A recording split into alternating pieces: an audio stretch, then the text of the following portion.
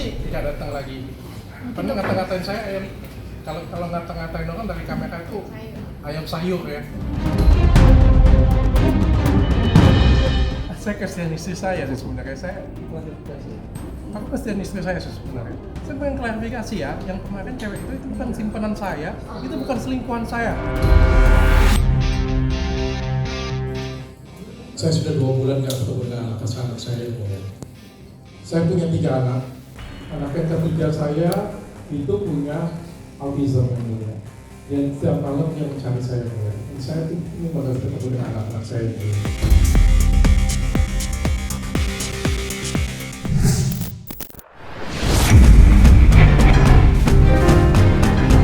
Sidang perkara dugaan pelanggaran pelindungan konsumen dengan terdakwa Dr. Richard Lee kembali bergulir di Pengadilan Negeri Tangerang Senin kemarin. Namun ada satu sosok yang cukup dinanti kehadirannya dalam persidangan kali ini.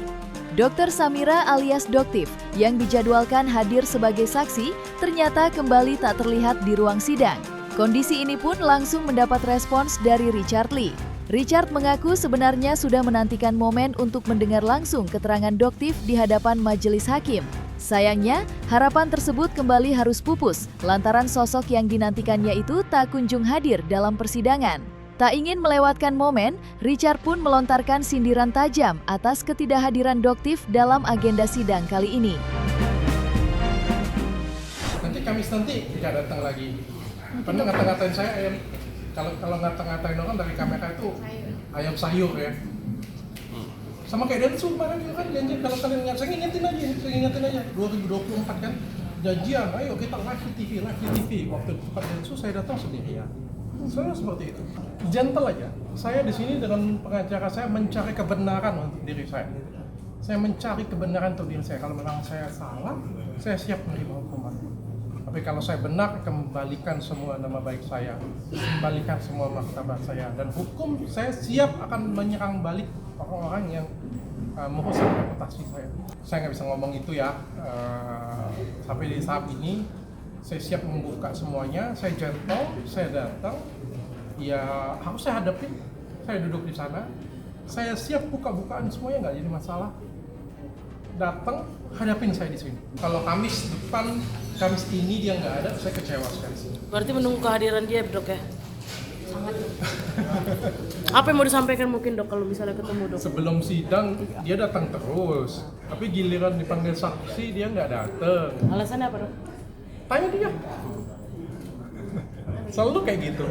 Waktu di Densu dulu juga kayak gitu. Ngajakin live, ngajakin apa, tapi giliran ketemu langsung nggak mau, nggak hadir. Padahal ini waktunya ya, Dok ya, waktunya Ya mungkin berhadapan. juga kan takut dikonfrontasikan, karena kan takut kebohongannya dibuka semua. Kan nggak ada yang tahu kan sebelumnya kan bahwa dia tidak beli di platform resmi kan?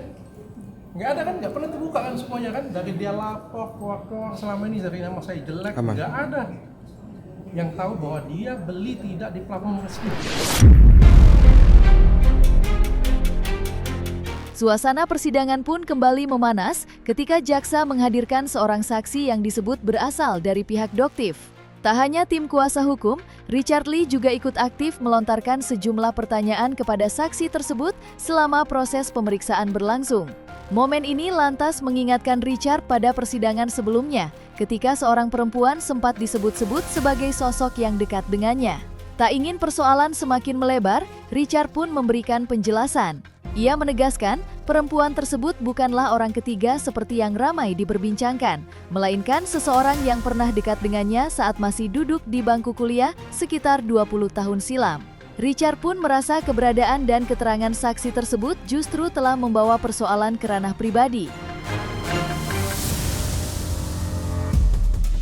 Banyak banget. Saya banyak ngerasa aneh ya. Apalagi yang di persidangan berapa kemarin ya? Persidangan yang keempat ya, itu boleh sih. Ini pengen saya klarifikasi tapi nggak penting sih sebenarnya. Apa, Dok? Coba, Dok, apa, Dok? Saya kasihan istri saya sih sebenarnya. Saya klarifikasi. Aku kasihan istri saya sih sebenarnya. Saya pengen klarifikasi ya, yang kemarin cewek itu bukan simpanan saya, itu bukan selingkuhan saya. Please ya, itu bukan selingkuhan saya. itu mantan gebetan saya pada waktu SMA, bahkan belum jadi pacar. Itu mantan gebetan saya pada waktu masih kuliah. Yang saksi yang kemarin tuh yang cewek. Yang cewek yang kemarin, yang dibawa yang kemarin itu. Iya, ya, sebelum saksi ya. Dok? Itu bahkan belum jadi pacar saya, baru saya mau gebet, batal 20 tahun yang lalu. Ini saya klarifikasi, itu bukan selingkuhan saya, bukan pacar saya, bukan siapa-siapa saya, bahkan bukan mantan saya. Saya itu takut orang lihat, waduh. Tapi menurut dokter apa kehadiran Vera ini seperti apa sih dok? Apa yang Kalian sendiri aja yang nilai. Ini bahkan itu mantan gebetan saya pada waktu kuliah, bahkan belum pernah jadi pacar saya. Memangnya yang menyebarkan isu ada hubungan itu siapa, Dok? Yang menyebarkan isu ada hubungan seperti itu siapa? Jadi gini, saya kan pada waktu kuliah itu kan miskin. Nggak ada satupun yang mau dengan saya, nggak ada cewek yang mau pacaran dengan saya. Saya nembak cewek banyak, tapi nggak ada yang mau sama saya. Nah, pada waktu itu saya deketin seseorang, ya ibu itulah ya kita bilang. Saya nggak usah sebut nama lah ya. Ibu itu saya deketin, saya ajak jalan pada waktu itu. Tapi 20 tahun yang lalu, 20 tahun yang lalu saya gebet waktu itu dia. Saya kenalan pada waktu itu, saya ajak jalan. Saya ajak jalan pertama, saya bisa ngerasa. Ajak jalan keduanya dia nggak mau. Tapi kan kita kan punya feel ya, dan kita kan punya persepsi, oh dia nggak mau karena saya miskin nih. Jadi saya pindah ke cewek lain ya, dia mau aja. Saya pindah ke cewek lain. Udah sampai di situ aja ini, itu aja mau diributin. Ini benar-benar apa sih kalau mau produk kayak kita duduk sini. Jangan mobil iya, rumah tangga iya, gebetan iya, karyawan iya, semua ini mau ngomongin produk saintifik atau mau bunuh karakter. Sementara itu, persidangan perkara ini dijadwalkan kembali bergulir pada Kamis mendatang. Richard Lee pun berharap pihak pelapor bisa lebih kooperatif dan memenuhi panggilan sidang berikutnya, sehingga dapat memberikan kesaksian secara langsung di hadapan majelis hakim. Harapan tersebut seolah mendapat titik terang. Pihak jaksa penuntut umum memastikan saksi pelapor yakni Dr. Samira alias Doktif rencananya akan dihadirkan dalam agenda persidangan berikutnya.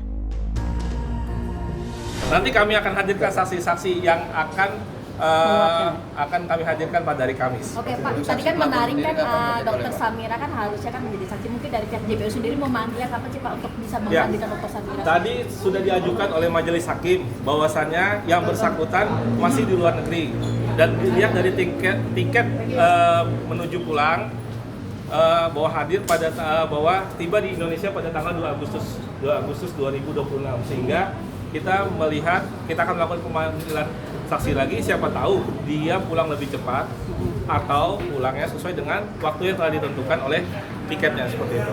Nanti kita lihat pada fakta persidangannya. Yang penting kami memanggil saksi berdasarkan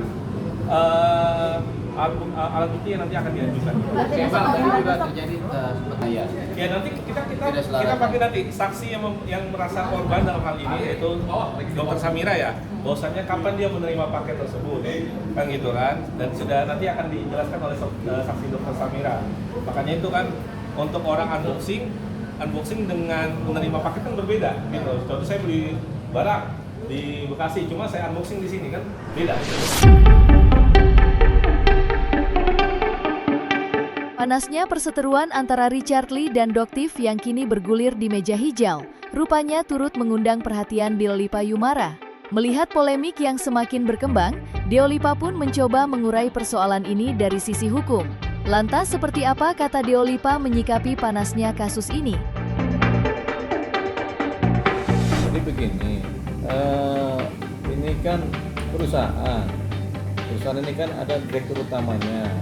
Jadi tentunya ketika perusahaan yang dilaporkan, tentunya direktur utamanya yang kemudian diperiksa sebagai penanggung jawab. Jadi kalau perusahaan ya pasti direktur utama. Kita pengen tahu juga apakah dikasih sebagai direktur utama atau setidak-tidaknya sebagai beneficiary owner kan, begitu kan. Nah, jadi itu dulu. Nah kalau sampai yang dilakukan perusahaan tapi Dr. Richard Lee kemudian yang diperiksa, ya potensi Dr. Richard Lee adalah penanggung jawab perusahaan atau sebagai direktur utama. Jadi dialah yang memang harus bertanggung jawab sebagai hukum yang ada di akte perusahaan. Nanti kalau perusahaan dilaporkan, tentu penanggung jawabnya direkturnya. Berarti itu tetap sah, Bang? Ya tetap sah, tapi kita harus tahu juga apakah Dr. Richard Lee sebagai direktur utama atau bukan. Ya, saksi ini kan harus mengetahui, harus dia ingat. Kalau dia sudah nggak ingat berarti kan hilang kesaksiannya kan. Semakin banyak yang dia tidak ingat, semakin banyak juga hilang pembuktian kesaksian. Jadi itu korelasinya atau pengaruhnya. Jadi kalau saksi atau hampir semua saksi yang dibawa ke persidangan semua tidak ingat, ya berarti nggak ada perkara. Gitu. Jadi perkara menjadi sumir, tinggal bukti-bukti. Kalau bukti-buktinya juga nggak ada, ya berarti kan lepas atau bebas. Gitu. Jadi itu konsekuensi dari saksi yang lupa-lupa gitu. Apakah saksi boleh lupa? Jawabannya boleh. Di balik panasnya perseteruan antara Doktif dan Richard Lee, terselip sebuah momen yang cukup menguras emosi. Suasana ruang sidang yang sebelumnya penuh ketegangan mendadak berubah hening ketika Richard menyampaikan permohonannya di hadapan majelis hakim. Dengan suara yang terdengar bergetar, Richard berharap majelis hakim dapat mengabulkan permohonan pengalihan atau penangguhan penahanannya. Hampir 2 bulan harus menjalani masa penahanan dan terpisah dari ketiga buah hatinya, membuat kerinduan Richard semakin tak terbendung. Terlebih ada satu sosok yang paling dirindukannya, yakni sang anak ketiga yang diketahui memiliki kondisi autisme. Kerinduan sebagai seorang ayah inilah yang membuat Richard berharap bisa segera kembali berkumpul dan menghabiskan waktu bersama anak-anaknya.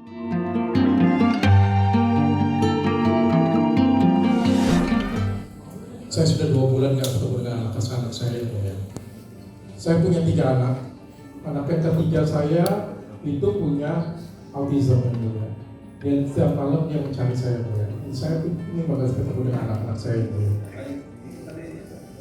Mohon yang mulia mengabulkan pengalihan penahanan dan saya siap setiap hari secara terbuka untuk memberikan kebenaran atas kasus ini. Dan kalau misalnya dalam kasus ini saya dinyatakan bersalah, saya siap menjalankan hukuman mingguan. Ya, nggak apa-apa yang mulia, maksud saya mau 2 minggu sekali, mau 3 minggu sekali, izinkan saya dari rumah yang mulia. Karena kan tidak ada urgensi, karena tidak ada korban saat persidangan itu.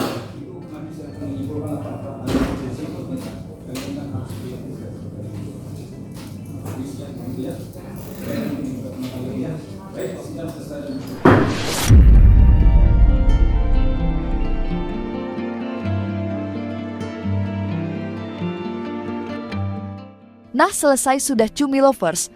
Saksikan terus Cumikem In-Depth, kabar lengkap, mendalam, dan akurat dari narasumber terpercaya. Dan jangan lupa untuk like, subscribe, dan juga share channel YouTube Cumi Cumi.